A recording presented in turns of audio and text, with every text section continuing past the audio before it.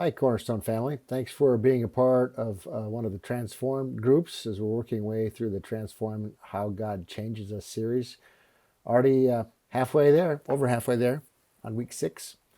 Transformed in my relational health, or in other words, building healthy relationships. Last week we talked a little bit about what it looks like, or I should say, the kinds of people to avoid having as close friends, not just as acquaintances, but close friends, because they will influence us.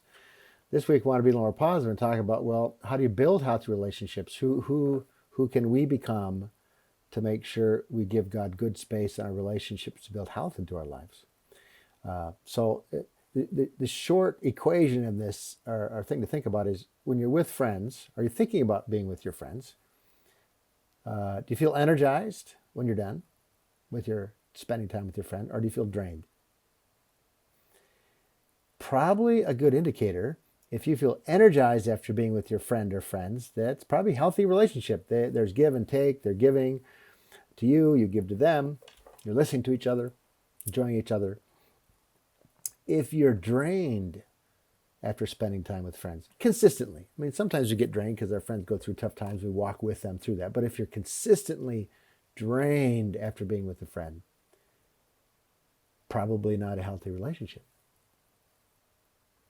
Otherwise, you'd be getting some life from it. You'd be giving life and getting life. So just kind of something to tuck away in the back of your mind as you kind of evaluate this whole friendship thing, and particularly how we can make space for God in our friendships so that God works through our friends to be really helpful to us. A couple of things I mentioned on Sunday I want to kind of reiterate as we get ready for our questions tonight or today, whenever you're meeting, is freedom and loneliness. Freedom. I think this is one of the biggest challenges for us in dealing with friendships is people are free. You can't make a person be your friend. You can't manipulate a person to be your friend. Kids try. Sometimes as adults you try. It doesn't work. People are free. God created us to choose relationship. The first man and first woman chose not to be in a relationship with God. It's a horrible kind of freedom to have because it's a lot of responsibility. But and today also, I can offer friendship to you, and then I wait.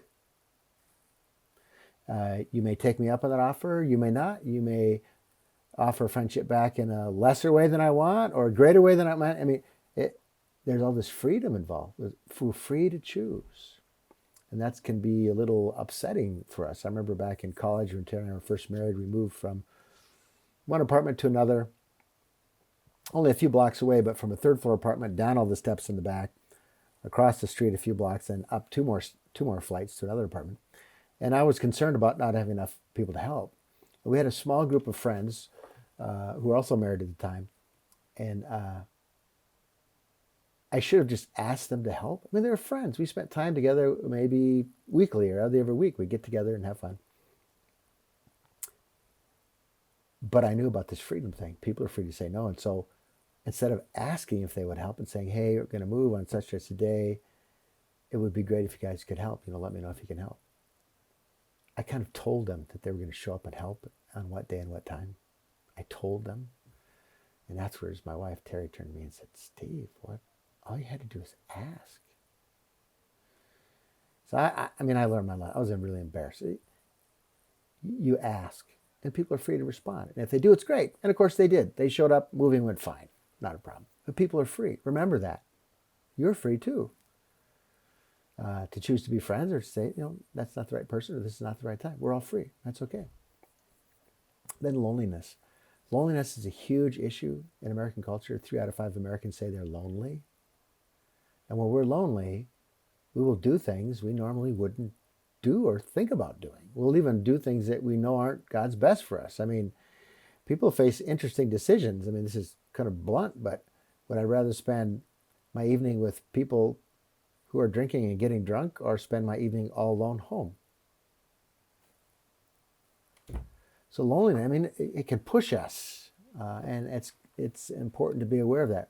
And the reason loneliness is there is we're created in the image of God, one God, revealed in 3, God the Father, Son, and Holy Spirit. So God has a relationship with himself, so to speak. The Father, Son, and Holy Spirit get along really well. They enjoy each other's company. They work really well together. And so we're creating that image, and we long for community with people. So it's a great thing. Actually, loneliness is a sign of being created in the image of God. We long for that friendship. And part of the way to get those friendships is to make sure you relate with people in a really healthy way. And that's what tonight and today is about in your group. So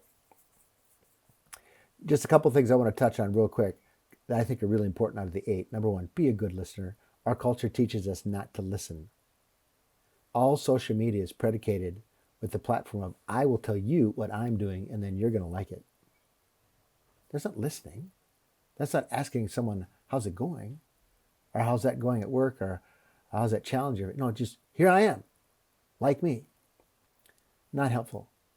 So you have to really work hard at being a good listener. The second one, the last one is share Christ with people. It's the most important thing you and I have to offer anybody. Simple things like, can I pray for you about that? Well, that's a simple little thing. You can pray then or later and ask them about it. If you progress a little bit further, it may say, hey, I want to come to Christmas Eve service with me. It's going to be really great. Talk about Jesus. I think you'd like it. 2, and then this is the final stage of sharing Christ with people. Just share what Christ has done in your life. You're just telling your story like you'd tell your friend any other story. It's a great thing to offer to people. So enjoy your group time. Remember, you'll have questions where you encourage each other, and you'll have some questions where you start to challenge each other and think about steps. Remember, this whole friendship deal, like everything else, we're trying to give God space to work in our lives in this way, particularly through our friendship, so we can help other people grow up to God's best and they can help us grow up to God's best. Enjoy your time.